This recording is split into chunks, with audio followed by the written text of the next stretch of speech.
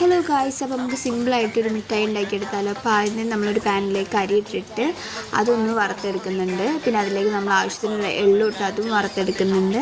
പിന്നെ നമ്മൾ ഇതിന് മുമ്പ് തന്നെ കുറച്ച് കടല തൊലി കളഞ്ഞ് എടുത്തിട്ടുണ്ട് കേട്ടോ. വറുത്ത കടല തൊലി കളഞ്ഞെടുത്തിട്ടുണ്ട്. പിന്നെ തേങ്ങ നമ്മളൊന്ന് വെളിച്ചെണ്ണയിട്ടൊന്ന് മൂപ്പിച്ചെടുത്തിട്ടുണ്ട്. വെളിച്ചെണ്ണയിലോ ആർട്ടിച്ച് നെയ്യിലിട്ടോ മൂപ്പിച്ചെടുക്കാം.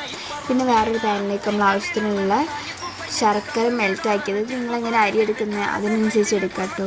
മെൽറ്റാക്കിയത് ഒഴിച്ച് ഒന്ന് തിളപ്പിക്കുന്നുണ്ട് കേട്ടോ. അത് ഒരു ഒറ്റനൂൽ പരുവാകുന്ന വരെ നമ്മൾ തിളപ്പിക്കണം. നമുക്കങ്ങനെ മനസ്സിലാവില്ല, പെട്ടെന്ന് അങ്ങനെ മനസ്സിലാവില്ല എന്നുണ്ടെങ്കിൽ ഒരു ഗ്ലാസ്സിലേക്ക് എടുത്തിട്ട് തണുത്ത വെള്ളത്തിലിട്ട് നോക്കിയാൽ മതി, മനസ്സിലാവും. പിന്നെ നമ്മൾ ഈ കടല, അരി, എള്ളി എല്ലാം തേങ്ങയൊക്കെ കൂടി ഒന്ന് മറ്റേ ശർക്കര മിക്സ് ഒന്ന് ഇട്ടിട്ട് മിക്സ് ചെയ്ത് കൊടുക്കുക. ഇത് നല്ലോണം ഒന്ന് മിക്സ് ആവുന്ന വരെ നമ്മൾ ഇളക്കണം കേട്ടോ. അതിന് എല്ലായിടത്തും ആ ശർക്കര പാനി എത്തണം, അല്ലാന്നുണ്ടെങ്കിൽ മിഠായി ഇങ്ങനെ പൊടിഞ്ഞ് പോരും കേട്ടോ.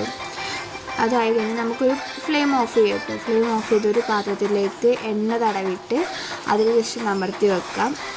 അതൊരു 10 മിനിറ്റ് കഴിഞ്ഞാൽ നമുക്ക് എടുക്കാവുന്നേ ഉള്ളൂ കേട്ടോ. ചൂടാറി കഴിഞ്ഞാൽ നമുക്ക് സിമ്പിളായിട്ട് എടുക്കാം. ഇതിപ്പം തന്നെ കട്ട് ചെയ്ത് വെക്കുന്നതാണ് നല്ലത്. ചൂടാറിനാണ്ട് മുമ്പ് തന്നെ ഒരു വരയിട്ട് വെക്കുന്നതാണ് നല്ലത്. അല്ലാന്നുണ്ടെങ്കിൽ നമുക്ക് കട്ട് ചെയ്യാൻ പറ്റത്തില്ല കേട്ടോ. പിന്നെ ഇപ്പം തന്നെ കട്ട് ചെയ്ത് വെക്കുന്നതാണ് നല്ലത്.